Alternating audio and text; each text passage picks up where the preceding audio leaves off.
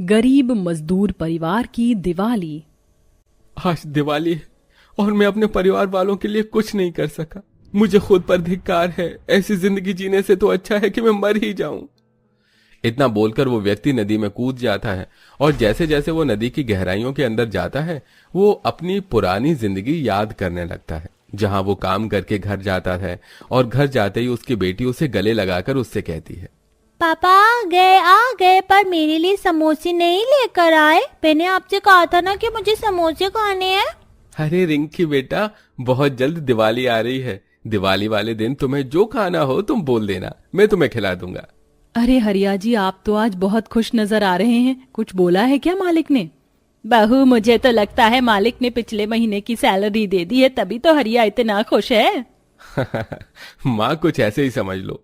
आज हम सभी मजदूरों ने मालिक से बात की है। उन्होंने कहा है कि वो इस दिवाली हमें पिछले महीने की सैलरी, इस महीने की सैलरी और बोनस के साथ गिफ्ट सब कुछ धनतेरस वाले दिन देंगे।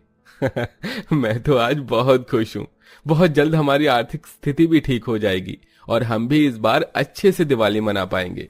हरिया जी, तो बहुत अच्छी बात है। अगर धनतेरस तक आपको पैसे मिल जाते हैं तो हम इस बार अच्छे से दिवाली मना पाएंगे और धनतेरस पर दिवाली की शॉपिंग भी कर लेंगे। पापा, फिर तो आप मेरे लिए एक अच्छी सी फ्रॉक लेकर आना।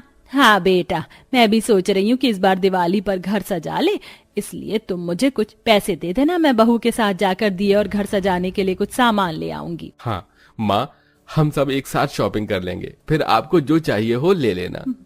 माँ जी, मैंने भी सोच लिया है, इस साल हम रूखी दिवाली नहीं मनाएंगे। इस साल हम भी दिवाली पर मिठाई और पटाखे लाएंगे। अभी दिवाली आने में पूरे 20 दिन बाकी थे, पर जब से हरिया और उसके पूरे परिवार ने यह खुशखबरी सुनी थी तब से उनकी खुशी का ठिकाना ही नहीं रहता।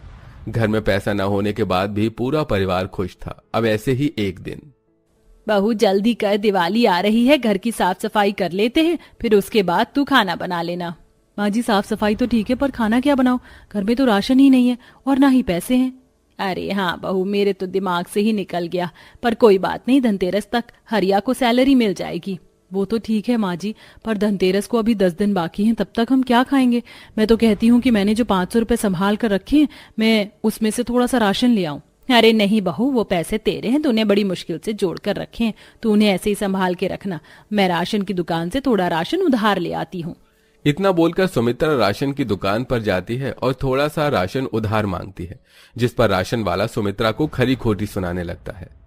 अरे अम्मा, तुम फिर आ गई मुफ्त का राशन मांगने। मैंने तुम्हें कितनी बार बोला है कि जब तक तुम अपना पिछला हिसाब किताब पूरा नहीं कर दोगी मैं तुम्हें राशन नहीं दूंगा।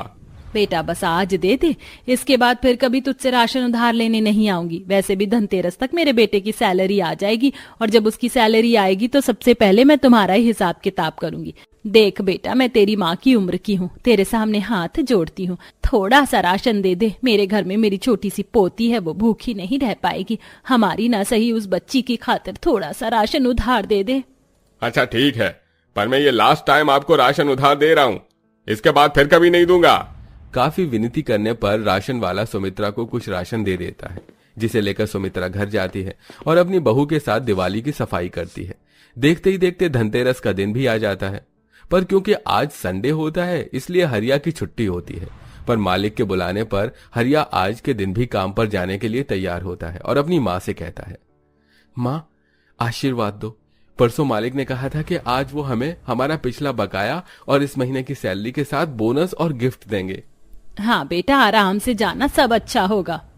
हरिया अपनी माँ का आशीर्वाद देकर बड़ी उम्मीद के साथ अपने मालिक के पास जाता है। पर ये क्या, मालिक पूरे दिन मजदूरों से काम करवा लेता है, पर जब पैसे देने की बारी आती है तो मालिक सभी को सुनाने लगता है। अरे काम तो मजदूरों से होता नहीं है और पैसे मांगने के लिए सिर पर खड़े हो जाते हो। अगर मैं तुम्हें ये कह दूंगा कि मैं रात के 2 बजे तुम्हें दूंगा पैसे, तो क्या तुम विश्वास कर लोगे? अब जाओ यहाँ से और 2 दिन बाद लेकर जाना पैसे। पर मालिक, आज छुट्टी का दिन था, आपने कहा था आप पैसे दोगे, इसलिए हम सारे मजदूर आ जाए और हमने काम भी किया, और जब पैसे की बारी आ रही है तो आप ऐसे कह रहे हैं। अरे मैं मालिक हूँ और तुम मेरे नौकर हो, मेरे सामने ज्यादा जुबान चलाई तो भूल जाना अपने पैसे। मालिक की बात सुनकर हरिया और सारे मजदूर उदास चेहरा लेकर अपने अपने घर चले जाते हैं और घर जाकर हरिया सारी बात अपने घर वालों को बताता है, जिस पर रानी हरिया से बोलती है, अरे आप दुखी क्यों होते हैं? वो मालिक हैं, हो गई होगी कोई बात। अब उन्होंने कहा है कि दिवाली को दे देंगे पैसे, तो रुक जाते हैं ना 2 दिन। वैसे भी 2 दिन की ही तो बात है। भगवान करे मालिक हमारी गरीबी पर रहम खाए और हमें हमारे पैसे दे दें। अगर मालिक ने इस बार पैसे नहीं दिए तो मैं जीते जी मर जाऊंगा। हरिया, ये हिम्मत हारने का समय नहीं है। तू रिंकी को डॉक्टर के पास ले जा, आज सुबह से उसे बुखार है। गरीब हरिया अपनी बीवी के रखे हुए 500 रुपए लेकर रिंकी की दवाई लेकर आता है और अपनी लाचारी बेबसी के बारे में सोचने लगता है। अब इसी तरह 2 दिन बीत जाते हैं और दिवाली वाले दिन हरिया अपने मालिक के पास जाता है, जहां मालिक हरिया और सभी मजदूरों को एक मिठाई का डिब्बा और 1000 रुपए देकर जाने को कहता है। मालिक, हम गरीब पर रहम खाओ, आज दिवाली है, हम 1000 रुपए से दिवाली कैसे मनाएंगे? इस महीने की ना सही पिछले महीने की सैलरी तो दे दो। एक तो तुम गरीबों को मैंने मिठाई का डिब्बा दिया और बोनस के नाम पर 1000 रुपया दिया और तुम मुझसे ही जुबान चला रहे हो। रुक, अभी देता हूं मैं तुझे तेरी सैलरी। इतना बोलकर मालिक हरिया को देखने लगता है और धक्के मार कर वहां से उसे निकाल देता है। बेचारा हरिया अपने हाथों में मिठाई का डिब्बा और 1000 रुपए लेकर रोते हुए जंगल के रास्ते से घर जाने लगता है। पर तभी रास्ते में कुछ गुंडे उसे घेर लेते हैं और उसके पैसे छीनकर भाग जाते हैं, जिसके बाद हरिया पूरी तरह से टूट जाता है और एक नदी के पास खड़ा होकर अपनी गरीबी और किस्मत को कोसने लगता है। आज दिवाली है और मैं अपने परिवार वालों के लिए कुछ नहीं कर सकता। अरे ऐसी जिंदगी जीने से अच्छा है कि मैं मर ही जाऊं। हरिया पूरी तरह से टूट जाता है और वो अपनी जान देने के लिए उस नदी में कूद जाता है। कुछ देर बाद जब हरिया की आंख खुलती है तो वो खुद को अपने घर में पाता है, जहां वो देखता है कि उसका घर सजा हुआ है, उसके घर के बाहर दिए जल रहे हैं और उसका पूरा परिवार नए कपड़े पहनकर तैयार है और उसके सामने विवेक नाम का एक व्यक्ति खड़ा है, जिसे देख हरिया हैरान हो जाता है। आखिर कौन है ये विवेक, जिसे देखकर हरिया इतना हैरान हो जाता है, और आखिर क्यों उसने हरिया की जान बचाई? आइए देखते हैं। विवेक, मेरे दोस्त, तू यहां कैसे आया और क्या ये सब तूने किया है? क्या तूने मेरी जान बचाई? मैं यहां कब, क्यों, कैसे आया ये सब छोड़, पहले मुझे तू ये बता कि तेरी हिम्मत कैसे हुई अपनी जान देने की। वो तो अच्छा था कि सही समय पर मैं वहां आ गया, वरना आज तो तू दिवाली वाले दिन अपने घर में मातम मनवा देता। हरिया जी, आपकी हिम्मत कैसे हुई अपनी जान देने की? आखिर बात क्या हुई है, आप हमें बताइए। मेरे पास और कोई दूसरा रास्ता नहीं बचा था, इसलिए मैंने अपनी जान लेनी चाहिए। मालिक ने पैसे देने से मना कर दिया और उन्होंने जो 1000 रुपए और मिठाई का डिब्बा दिया था वो भी मुझसे गुंडों ने छीन लिया। इस साल तुम लोगों को कितनी उम्मीद थी मुझसे, पर मैं आप सबकी उम्मीद पर खरा नहीं उतर सका। पर दोस्त, तू तो शहर गया था, फिर गांव कैसे? हाँ, मैं शहर गया था काम करने के लिए, पर मैं तेरा एहसान कभी नहीं भूल सकता था। आज तेरी बदौलत में इतना अमीर बन पाया हूं। अगर 5 साल पहले तूने मेरी मदद नहीं की होती, मुझे पैसे न दिए होते, मुझे शहर न भेजा होता, तो शायद मैं भी आज इस दुनिया में नहीं होता। इसीलिए मुझे तेरी याद आई और मैं तुझसे मिलने के लिए गांव आ गया। पर दिवाली की वजह से रोड पर बहुत भीड़ थी, इसलिए मैंने जंगल का रास्ता अपनाया, जहां मैंने तुझे नदी में कूदते हुए देखा। फिर क्या था, अपने दोस्त को अपनी आंखों के सामने मरने तो नहीं दे सकता, इसीलिए मैंने तेरी जान बचाई। और जब तुझे घर लेकर आया तो मुझे पूरी सच्चाई का पता चला। जैसे ही विवेक को हमारी गरीबी बेबसी का पता चला, उसने 1 घंटे के अंदर ये सारी तैयारी कर डाली। अब जा, तू भी जल्दी से कपड़े बदल ले, पूजा करने का समय हो रहा है। आखिर पहली बार हम इतनी खुशी के साथ दिवाली मनाएंगे। विवेक हरिया की जान बचाकर अपनी दोस्ती साबित कर देता है, जिसके बाद पूरा परिवार दिवाली पर पहली बार नए कपड़े पहनकर एक साथ दिवाली की पूजा करते हैं और पटाखे जलाकर और मोहल्ले में मिठाइयां बांटकर दिवाली मनाते हैं। हमें हालातों से डरकर उनसे हार नहीं माननी चाहिए। कहते हैं ना, भगवान अपने भक्तों के संकट और गरीबी का एक ना एक दिन बनवास जरूर खत्म करते हैं। तो दोस्तों, कैसी लगी आपको हमारी गरीब परिवार की ये कहानी? हमें बताना ना भूलें, साथ ही कमेंट में हैप्पी दिवाली जरूर लिखें। तो फिर से हमारी गाड़ी के सामने आकर खड़ी हो गई। तुम्हारी गाड़ी से दूर हट। अरे तो गुस्सा क्यों होता है? ये हमारी गाड़ी के सामने आकर तो खड़ी होगी ही, इनके घर में थोड़ी ना गाड़ी है, और तभी तो ये रोज स्कूल भी लेट आती है।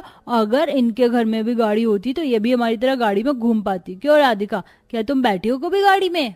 हमारे घर में भी बहुत जल्द गाड़ी आ जाएगी, फिर देखना, मैं भी तुम्हें अपनी गाड़ी के आसपास खड़ी नहीं होने दूंगी। जब आ जाएगी तब आकर हमसे बात करना, हम तुम जैसे गरीबों से दोस्ती नहीं रखते।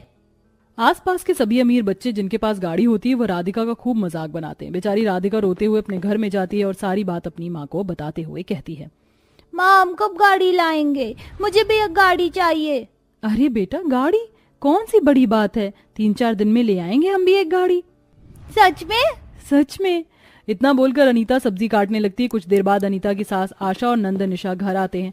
अपनी दादी और बुआ को देख राधिका हंसती हंसती उन दोनों के पास जाती है और उनसे कहती है, बुआ दादी आपको पता है बहुत जल्द हमारे घर में भी गाड़ी आने वाली है। अरे वाह राधिका, ये तो बहुत अच्छी बात है। अच्छा अब तुम जाकर पढ़ाई कर लो। भाभी खाना बन गया क्या?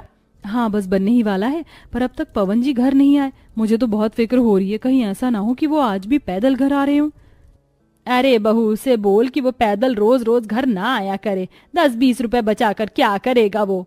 माँ थोड़े थोड़े पैसे बचाऊंगा तभी तो सेविंग कर पाऊंगा, और वैसे भी 1000 बिजली का बिल आया है, ऊपर से पानी का बिल, इन सबको पूरा करने के चक्कर में कुछ बच ही नहीं पाता।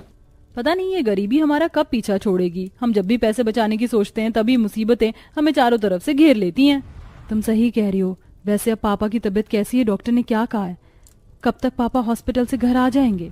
डॉक्टर ने कहा है कि अब उनकी तबीयत पहले से बेहतर है, 1-2 दिन में छुट्टी मिल जाएगी। अब पूरा परिवार आपस में अपने महीने का खर्चा जोड़ने लगता है, पर हर बार की तरह इस बार भी पवन की सैलरी 1 रुपए नहीं बचती। अब इसी तरह से कुछ दिन बीत जाते हैं और एक बार फिर राधिका अपनी माँ से गाड़ी की जिद करती है। माँ तुमने तो कहा था कि 3-4 दिन में हम अपने घर में भी एक गाड़ी आ जाएगी, पर आज 10 दिन हो गए, अब तक हमारे घर में गाड़ी नहीं आई। क्या हुआ राधिका, तुम रो क्यों रही हो? बुआ मुझे भी एक कार चाहिए। मोहल्ले के सभी बच्चे मेरा बहुत मजाक बनाते हैं। माँ ने कहा था कि 3-4 दिन में गाड़ी आ जाएगी, पर देखो अब तक माँ ने गाड़ी नहीं ली। भाभी क्या आपने सच में राधिका से ऐसा कोई वादा किया था? निशा तुम्हारे सामने की ही तो बात थी। उस दिन मैंने राधिका से बोला था कि 3-4 दिन में गाड़ी दिला दूंगी। मुझे लगा कि ये भूल जाएगी, पर मुझे क्या पता था कि राधिका गाड़ी की इतनी ज्यादा जिद करने लगेगी। आप मुझे बच्चा समझ के हमेशा बेवकूफ बनाते हो। अब तो दादाजी भी घर आ गए हैं, मैं उन्हीं से कहूंगी अब वही गाड़ी ला सकते हैं घर में। नहीं राधिका बेटा, दादू की तबीयत अभी पूरी तरह से ठीक नहीं हुई है, उन्हें आराम करने दो। डॉक्टर ने उन्हें बेड रेस्ट बोला है। अगर तुम उनसे जिद करोगी तो उनकी तबीयत और खराब हो जाएगी। तुम अपनी माँ को बस 2-3 महीने दो, मैं तुम्हें गाड़ी जरूर दिलाऊंगी, और इस बार मेरा तुमसे पक्के वाला वादा है। अरे बहू ऐसे झूठे वादे क्यों कर रही है उससे? भला हम गरीब कहाँ से लाएंगे गाड़ी? यहाँ पवन की कमाई से घर का खर्चा नहीं निकल पा रहा और तू उसे गाड़ी दिलाने का वादा कर रही है। माँ जी इस तरह तो हम कभी कुछ नहीं कर पाएंगे। माँ जी मैंने सोच लिया है कि अब मैं भी कोई काम करूंगी और अपनी बेटी के शौक पूरे करूंगी। हर बार अपनी तंगी के चलते अपने शौक मार देते हैं, पर मैं अपनी बेटी के शौक मारने नहीं दूंगी। इतना बोलकर अनीता उसी दिन शाम को काम की तलाश में बाहर जाती है और मार्केट में जाकर कुल्फी वाले से बात करती है, और अगले दिन अपने घर के बाहर कुल्फी की रेडी खड़ी कर लेती है। अब पूरे दिन अनीता कुल्फी बेचती है, पर उसमें उसकी अच्छी कमाई नहीं हो पाती, जिस वजह से वो गांव से बाहर जाती है और बड़ी बड़ी कोठियों में झाड़ू पोछा लगाने का काम करती है। साथ ही साथ घर आकर रात को सिलाई का काम भी करती है। मालकिन मैंने झाड़ू पोछा सब कर दिया है, अब मैं जाऊं? मुझे बगल वाले घर में भी जाना है। हाँ जाओ, और सुनो कल 2 टाइम आ जाना झाड़ू पोछा करने के लिए। माफ करना मालकिन, पर मैं 2 टाइम नहीं आ पाऊंगी। मैं 4 घरों में झाड़ू पोछे का काम करती हूँ, शाम को घर जाकर आइसक्रीम बेचती हूँ और कंपनियों में जाकर चाय देती हूँ, फिर 2 घंटे के लिए फैक्ट्री में जाती और रात को घर जाकर सिलाई करती हूँ। हे भगवान, तुम एक दिन में कितना काम करती हो, थकती नहीं हो क्या? थकती हूँ मालकिन, पर क्या करूँ, कुछ पाने के लिए मेहनत तो करनी ही पड़ती है। इतना बोलकर अनीता दूसरी कोठी में जाती है और वहां पर फटाफट सारा काम खत्म करके कंपनियों में चाय देने जाती है और वहां पर चाय देकर कुल्फी बेचने लगती है। फिर फैक्ट्री में 2 घंटे काम करके घर आती है और घर आकर खाना बनाती है। अनीता को इतना मेहनत करता देख पूरा परिवार उससे कहता है, अनीता तुम क्यों इतनी मेहनत कर रही हो? मैं काम कर तो रहा हूँ। मैं इतनी मेहनत अपनी बेटी के लिए कर रही हूँ, उसके सपने पूरे करने के लिए। अब आप सब सो जाइए, बस मैं थोड़ी देर में काम खत्म करके सोऊंगी। भाभी रहने दो, आप सुबह 5 बजे उठकर रात के 12 बजे तक बस काम करती रहती हो। अभी का काम मैं कर दूंगी, आप थोड़ा आराम कर लो। निशा बिल्कुल सही कह रही है बहू, तेरे शरीर को भी आराम की जरूरत है। पवन निशा के कहने पर अनीता जाकर थोड़ा सा सिलाई का काम करके सो जाती है और सुबह सुबह उठकर सभी के लिए खाना बनाती है और घर का सारा काम खत्म करके फिर से कोठी में जाती है और वहां काम खत्म करके घर आती है और कुछ देर आइसक्रीम बेचती है और आइसक्रीम बेचकर कंपनी में जाकर एम्प्लॉइज को चाय देती है और वहां से सीधा फिर से फैक्ट्री जाती है। अनीता बहन, आज तो तुम बहुत खुश होगी। मेरे साथ साथ आप सब भी तो खुश हैं, आखिर आज हम सबको सैलरी जो मिलेगी। सही कहा, हम सब खुश हैं क्योंकि आज सैलरी का दिन जो है, पर मालिक कहाँ रह गए, पता नहीं सैलरी कब बढ़ेगी। फैक्ट्री के सभी वर्कर मालिक का इंतजार करते हैं। कुछ देर बाद मालिक आकर सभी को सैलरी बांटता है और अनीता अपनी सैलरी लेकर घर जाती है और पैसे संभाल के रखती है। इसी तरह से दिन रात हर समय अनीता मेहनत करती है और एक एक पैसे जोड़ती है। इस तरह से 3 महीने बीत जाते हैं और एक दिन। माँ जी, पवन जी, निशा, पापा जी, ये देखो मैंने 3,90,000 जोड़ लिए हैं। चलिए ना अब चलकर एक गाड़ी लेते हैं। अभी राधिका भी स्कूल में है, जब वो स्कूल से आएगी तो आपने घर के बाहर खड़ी गाड़ी देखेगी तो बहुत खुश होगी। हाँ अनीता, चल रहे हैं, पर इस 3,90,000 को 4 लाख तो कर ले। रुको, तुम ये 10,000 मेरी सैलरी के जोड़ लो। अगर 10,000 आप इसमें मिला दोगे तो फिर घर कैसे चलेगा? अगर घर चलाने में दिक्कत होगी तो मैं कुछ पैसे मालिक से उधार ले लूंगा और अपनी सैलरी से धीरे धीरे कटवा लूंगा। इतना बोलकर पवन अनीता गाड़ी लेने के लिए शोरूम में जाते हैं, जहां शोरूम का एक वर्कर उनकी हालत देख उनसे बड़ी ही बेरुखी से बात करता है। हाँ भाई, अंदर कहाँ चले आ रहे हो? क्या चाहिए? अरे हम यहाँ गाड़ी लेने के लिए आए हैं। अरे गाड़ी लेनी है तो बाहर चलो, अंदर बहुत महंगी गाड़ी है। तुम्हारी औकात से बाहर की सेकंड हैंड की सारी गाड़ी बाहर खड़ी है। आप ये हमसे किस तरह से बात कर रहे हैं? आप अपने ग्राहक से क्या इसी तरह से बात करते हैं? हम यहाँ नई गाड़ी लेने के लिए आए हैं, वो भी खाली हाथ नहीं, पैसे लेकर। अनीता को उस वर्कर की हरकत पसंद नहीं आती, इसलिए वो उसे खरी खोटी सुनाने लगती है। तभी वहां शोरूम का मालिक आ जाता है और अनीता से कहता है, माफ करना मेम साहब, क्या हुआ आप मुझे बताइएगा। आप इन्हें डांट क्यों रही हैं? हम यहाँ न्यू कार लेने के लिए आए हैं और ये हमारी ऐसी हालत देखकर हमसे बदतमीजी से बात कर रहा है। आप प्लीज हमें कोई सस्ती और अच्छी गाड़ी दिखा दीजिए जो हमारे बजट में हो।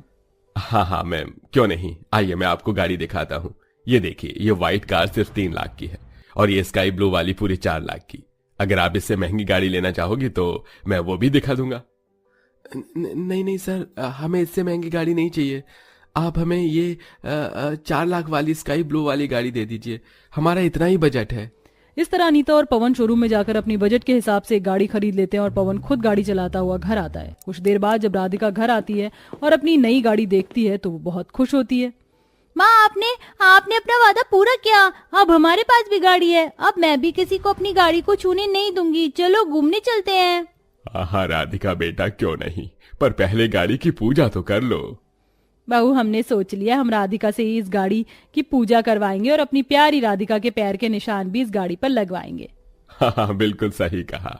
आशा के कहने पर अनीता और पवन अपनी बेटी के हाथ से गाड़ी की पूजा करवाते हैं और उसके पैरों के निशान अपनी गाड़ी पर लगवाते हैं, जिसके बाद पूरा परिवार गाड़ी में बैठकर घूमने के लिए जाता है और वो सब नई गाड़ी के खूब मजे लेते हैं।